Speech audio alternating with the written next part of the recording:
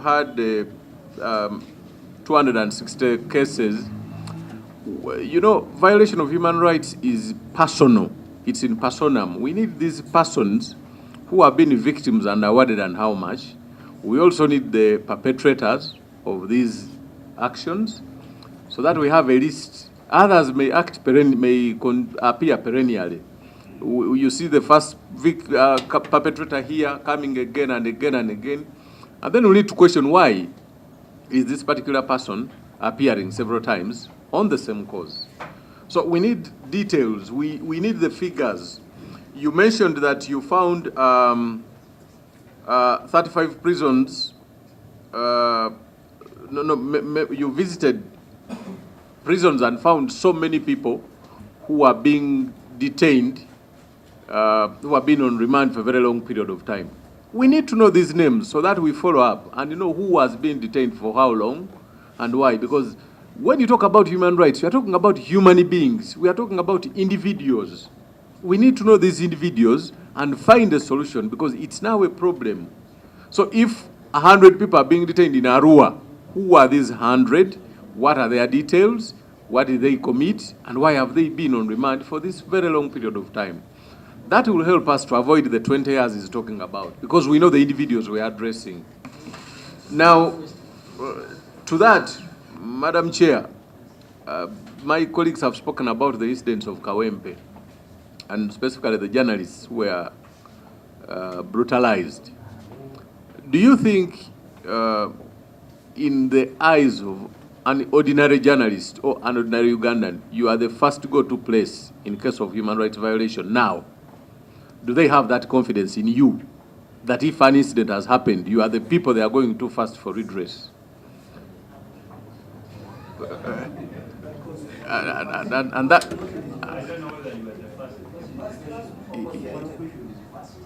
Yes, because we need the whole intention, like it has been enunciated from the beginning, that you should be the first people to go to in cases of human rights violations. So we need that. You need you to build that confidence. Let me invite Honorable Zijan to make last to make the submissions. Then Can I, Chair, with your permission and with the sympathy of Honorable Zijan, make just one statement. Madam Chairperson, we look at the Commission as our first line of defense. Oh, you ought to? Yes, you ought to. Once it is broken, we are in trouble. That's why we are trying to be hard on you. You are supposed to be our critical line of defense. And once you are weak, like it seems, then we are in trouble. So please, the Constitution has placed faith in the Commission, and don't fail us. Thank you, Mr. Chair. So we are executing that role. On the awards, Honorable Basali was said, the awards we give to victims of human rights violations are meager, to use his word. These awards are determined by factors. There are factors which determine quantum of damages, and we follow them.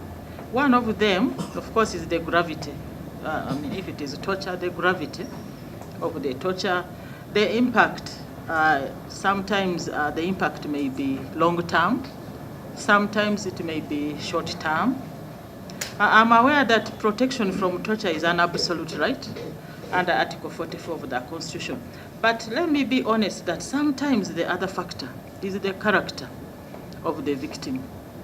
There are victims who are convicted defilers, and this is very common, especially in West Nile. You go to do a session, tribunal session in Arua, and you find about 2/3 of the victims of torture are convicted defilers. So when you are, and they were tortured, yes, when you are assessing damages to be awarded to this victim who defiled his niece, and they are here before you bragging how they defiled their nieces, and they slaughtered a ram, and that in our culture, and these girls are as young as 7 years old. So the truth is some of them are tortured during interrogation, but when I'm looking at such a case, there is no way I can award this man who defiled his niece and is almost proud of what he did. And I know that this niece of his has suffered long-term trauma, both mental and physical, and that I ignore that fact. So those are some of the factors. If this victim of torture is also a convicted defiler, I have to take that into consideration. I concede or I confess I have to award them much less than what I would award an innocent victim of torture who is not convicted of any crime. So those are some of the factors we follow. I sound a bit emotional because I'm a woman who was once a girl, and I know the trauma victims of defilement can suffer forever. They may heal physically, but not psychologically.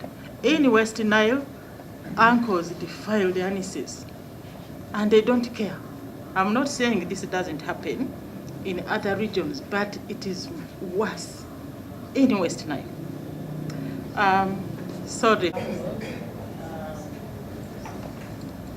Was informed by the fact that 1,100 cases before the tribunal is very little, considering that we now have at least 3 sessions every month, and that at every session we dispose of about 6 of them. So what I meant was that this is manageable and it should not worry this committee. So we are moving well, honorable members. That's what I meant. Maybe I exaggerated. You know, when you are judging yourself, sometimes you may award yourself higher marks than you deserve, but all right. Places of detention, whether there is improvement, any tangible outcome. Let me request Director Sechindi, who is the director in charge of this, to say something. Thank you, Madam Chair. I will try to be brief. The honourable members raised issues around places of detention. They were particularly concerned about our findings in places of detention. Honourable members, places of detention are many. We have military detention places, police, prisons, remand homes. In a drainage in Mbarara by police officers. But by coincidence, as our investigation was underway, we learned that the IGP had swung into action and the culprits were already facing trial. We lodged an investigation into torture of students in, this was particularly in southwestern Uganda, in Tungamo in particular. And again, police had already swung into action, and several others. And so we are executing that role.